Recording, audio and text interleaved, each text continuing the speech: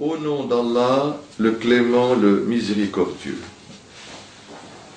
À cause de leurs paroles, nous avons vraiment tué le Christ, Jésus, fils de Marie, le messager d'Allah. Or, ils ne l'ont ni tué, ni crucifié, mais ce n'était qu'un faux semblant.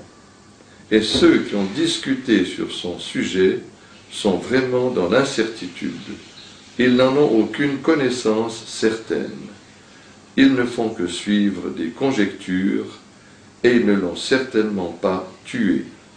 Mais Allah l'a élevé vers lui et Allah est puissant et sage. Fin de citation. Dans ces versets du livre d'Allah, nous rapporte la vérité sur Jésus, à savoir qu'ils ne l'ont pas tué, les Juifs, qu'ils ne l'ont pas crucifié, qu'il n'est pas mort pour les péchés, les crimes des êtres humains, et que Dieu l'a élevé à lui et l'a sauvé de leur complot. En hébreu, le mot Yeshua signifie celui que Dieu a sauvé. C'est pourquoi ce verset du livre d'Allah est tout à fait en accord avec le nom de Jésus en hébreu, Yeshua, qui signifie celui que Dieu a sauvé. Si nous regardons dans les évangiles,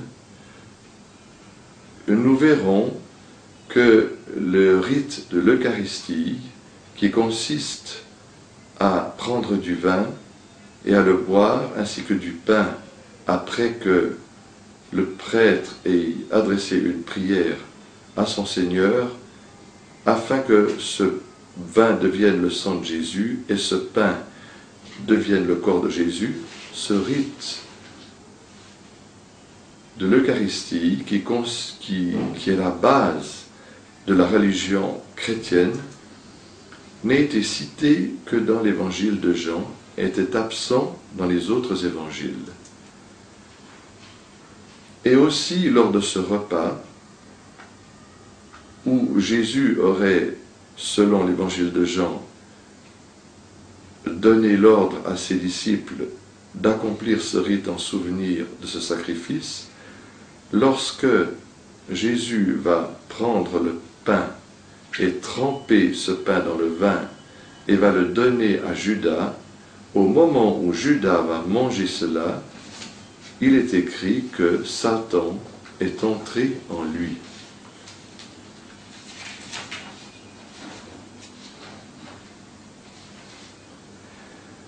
Vous trouvez cela dans l'évangile de Jean, au chapitre 13 et au verset 26 et 27. Or, nous savons que dans le Coran, le vin est une œuvre de Satan. Dans la sourate La table servie, la sourate numéro 5, au verset 91. Et dans le livre de la Bible Habakkuk, chapitre 2, versets 15 et 16, il est écrit que le vin conduit au malheur. De même, dans l'évangile de Luc, au chapitre 15, on nous rapporte au sujet de Jean, Yahya, qui devait préfigurer la venue de Jésus, « Il sera grand devant le Seigneur, il ne boira ni vin, ni liqueur, et il sera rempli de l'Esprit Saint dès le sein de sa mère. »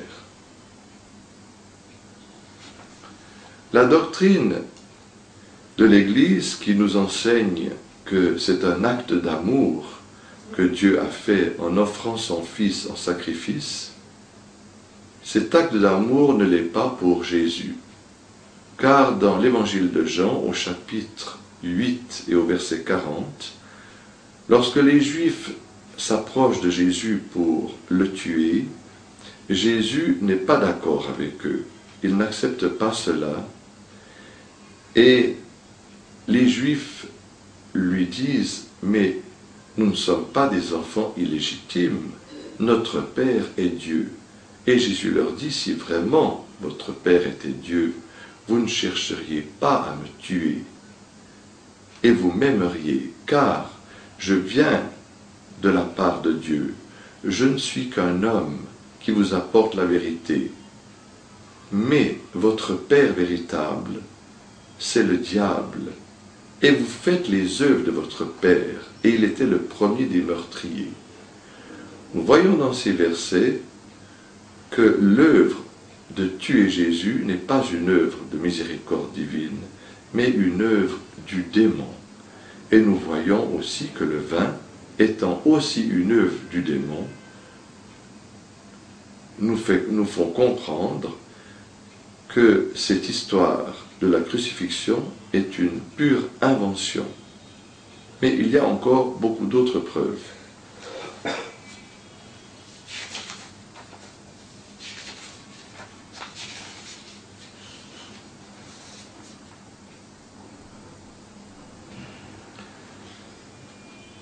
Dans l'évangile de Matthieu, au chapitre 12 et au verset 38 à 40,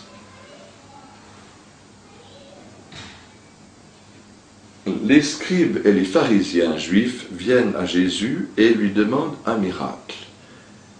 Bien que dans les autres évangiles, Jésus ait fait beaucoup de miracles, Jésus va leur tenir ses propos. « Maître, nous voudrions te faire voir un miracle. » Il répondit, « Cette génération méchante et adultère demande un miracle, mais il ne lui sera pas donné d'autre que celui du prophète Jonas.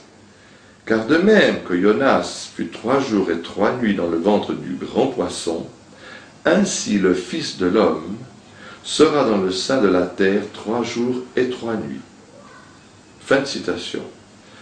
Cependant, nous savons que Jonas est resté 3 jours et 3 nuits dans le ventre du poisson, mais il était vivant. Il invoquait son Seigneur. Or, les 4 évangiles nous rapportent que Jésus a été crucifié le vendredi, puis le corps était descendu le vendredi soir, la veille du samedi, car c'était le sabbat, et les 4 évangiles nous disent que Jésus avait quitté sa tombe, était ressuscité le dimanche avant le lever du soleil. Donc la vérité, c'est que Jésus est resté 1 jour en terre, avec 2 nuits seulement, et non pas 3 jours et 3 nuits. Or, les chrétiens qui savent quand même compter de 1 jusqu'à 3, dans leur fête, ont placé le vendredi saint, le jour de la crucifixion, et ont fixé le lundi matin la résurrection. Mais ce n'est pas pour le cas des 4 évangiles qui ne rapportent pas cela. Autre preuve que cet événement est une invention, car Jésus, parlant de la part de son Seigneur, ne pouvait que dire la vérité et ne pouvait pas se tromper, ni dire bien sûr des choses qui ne sont pas vraies.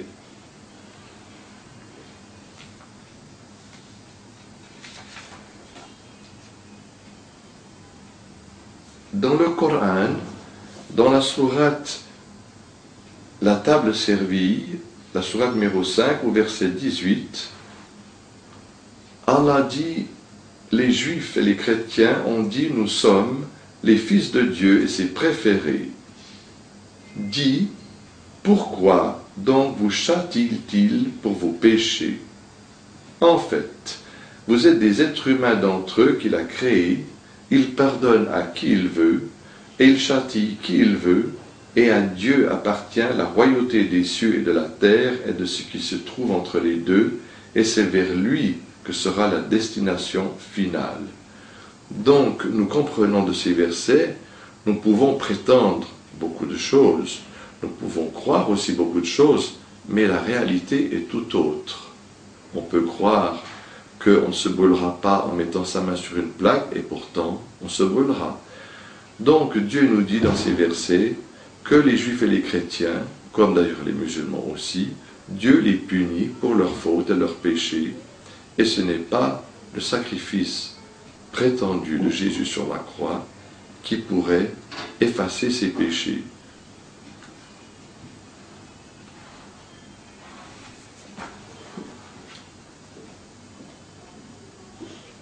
Nous trouvons aussi que Paul, dans l'épître aux Romains, au chapitre 3, au verset 23, dit ceci, je cite, « Car tous ont péché et tous sont privés de la gloire de Dieu sans aucune distinction. » Fin de citation. Donc, dans cette phrase attribuée à Paul, tout homme aurait péché. Et pourtant, Dieu, dans la Bible, a pardonné des péchés, et même des grands péchés, avant la venue de Jésus. Par exemple, vous avez dans le 2e livre de Samuel, au chapitre 11, les versets 2 à 27, l'histoire du prétendu adultère de David et du prétendu meurtre aussi de son général Uri afin de lui prendre sa femme. Et pourtant, vous lisez également dans le premier livre des rois, au chapitre 14, au verset 8, que Dieu dit « Tu n'es pas comme mon serviteur David, qui m'a toujours obéi à tous mes commandements et qui m'a suivi de tout son cœur. » Nous trouvons ici que malgré cet énorme péché qu'aurait commis David, qu'il n'a d'ailleurs jamais commis, étant un prophète protégé par Dieu parce qu'il est un messager, non seulement un roi, mais un prophète, comme le dit l'Acte des Apôtres, chapitre 2, verset 30, que cet immense péché qu'aurait commis David selon la Bible, Dieu lui a pardonné. Et il lui a pardonné de telle manière que c'est comme s'il ne l'avait jamais fait, s'il n'avait jamais fait l'adultère et jamais commis ce meurtre sans le sacrifice de Jésus. Vous voyez? Nous trouvons aussi dans la Bible une autre vérité. Dans l'évangile de Luc, au chapitre 1, au verset 5 et 7, il est écrit que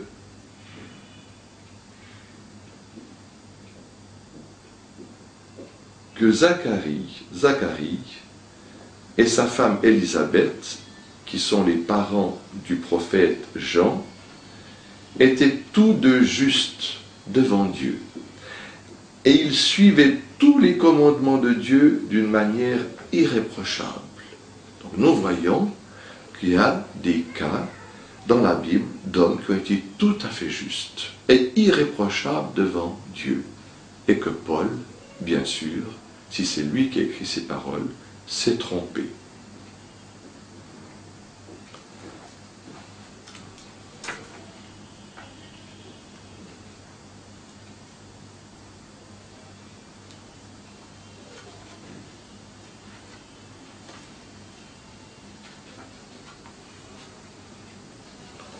Vous savez que le Coran nous dit que c'est quelqu'un d'autre qui était sur la croix à la place de Jésus, qui avait pris ses traits. Or, si nous étudions bien la Bible, nous verrons que Jésus ne pouvait pas être crucifié, car celui qui est crucifié est maudit de Dieu. C'est ce que nous allons voir dans la prochaine cassette, s'il plaît à Allah le Très-Haut.